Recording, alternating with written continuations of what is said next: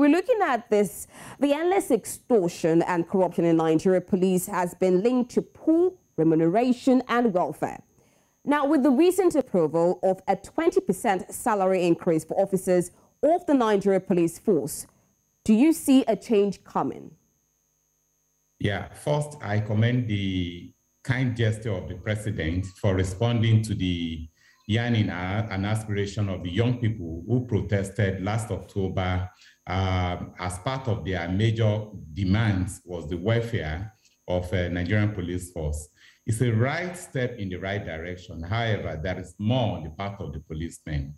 You know, we have a popular saying in Africa that it takes a lot for the leopard to change its spots. Can that ever happen? Nigerian police force will have to prove that to Nigerians, that this welfare package given at a time like this, when the economic situation of the country is biting so hard, is a good step in the right direction. However, beyond that, there are other things we have to consider. Efficiency goes beyond remuneration. How about the equipment they work with? We have to ensure that we give them the state-of-the-art equipment to be able to face the insurgency, which uses more of sophisticated weaponry. And apart from that, let us also look at the condition of living of these police officers. You and I know that the situation of things at their barracks are quite appalling. Yeah. So beyond the remuneration, there are other considerations which are quite important for us to have a holistic package when we talk about the welfare of the police. Okay, that we have Adewale, this incremental. Yes. Sorry to cut you short there. Still talking about welfare of the police officers, and you mentioned sophisticated weaponry. We also know that in 2018, 3 years ago, President Muhammadu Buhari also made the same feat by increasing police wages to improve internal security and, of course, avoid extortion. But we still had this, and that was why we had the EndSARS protests. Do you feel that there would really be a change with this? We had this 3 years ago, an increase, and now another increase. Absolutely, I don't see it coming. And that was the point I was making, that the change about behaving ethically rests more with the police officers. Now that we have this increment again, we had it in 2018 and it did not translate to anything.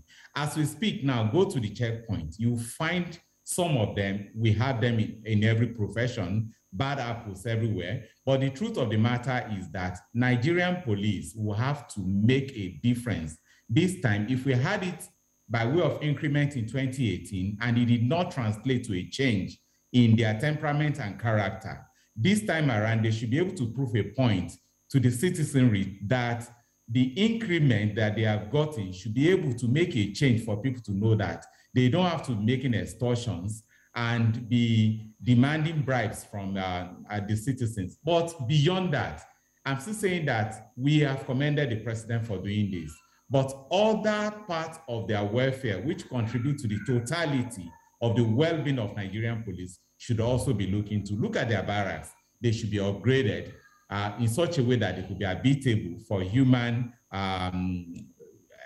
for human living. And beyond that, again, we should also ensure that training and retraining is also important. Increasing the wage is not alone. Their training and capacity building in terms of citizens' engagement is also important. If you increase their wage by 50% or 100%, if there is no effort to build their capacity to ensure that they relate with the civilian in such a way that agree with the rule of engagement, we'll still have this harassment and terrorization of citizens. So fine that we have this remuneration increase, we have tax waiver for the junior staff. It's important that we also have to look at training and retraining to enhance their capacity. This will make a totality of what we are talking about in terms of the expectation of Nigerian young people who protested over a year ago to ensure that we have a safer Nigeria in terms of policing.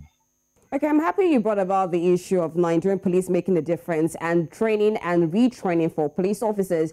What about the issue of corruption? Because most times the problem we have is money is disbursed, but somehow it doesn't get to the people affected. How can we deal with this? One thing is key. We have what we call Servicom. are people actually making use of this opportunity of whistleblowing? As a matter of fact, we should come to a point whereby we make a scapegoat of those who are found wanting. Where we have gaps in terms of corruption, the leadership of police, the executive should also weigh the big stick in such a way that we don't have sacred cows within the system. If we do not make scapegoats of certain individuals, people will not learn. And this change that we anticipate can only come by the time the executive and the leadership weigh the big stick to ensure that certain people are brought to book. If we do not have some people truly sanctioned and we make others to learn by way of ensuring that there is deterrence, sincerely speaking, this increment, 20% increment in their salary structure will not make any difference. But now that government has done this, there should be what we call key performance index in terms of ensuring that if within your jurisdiction, for instance, a local government area, you have police officers making extortions or collecting bribes, such DPO or people responsible within that particular jurisdiction will be held responsible. And if we deal with 1, 2, 3 persons, sincerely speaking, people will make adjustments. Don't forget that this salary increment is coming from the taxes being paid by the citizens. And we have to justify this by ensuring that we have value for money. Because there is no quickly. sense. Sorry, Adewale, before I let you go, you talked about whistleblowing. What about security for the whistleblowers? Quickly, please. Absolutely. These are part of what we do to ensure that we get whistleblowers insulated. But where people know that they are going to be exposed for blowing the whistle, sincerely speaking, they will not want to do that. However, let me say this. We have gone techie in Nigeria, and majority of young people in Nigeria goes about with one device or the other. We can have anonymous email or an account, social media account, that where people can report all of these things and they could remain anonymous. This, I think, will go a long way by ensuring that from a distance, people can blow the whistle and we can have effective change that we desire. Okay, thank you so much, Adewale Adeduntan, for this valuable points. Thank you. Thank you, Rita. It's a pleasure to be with you again.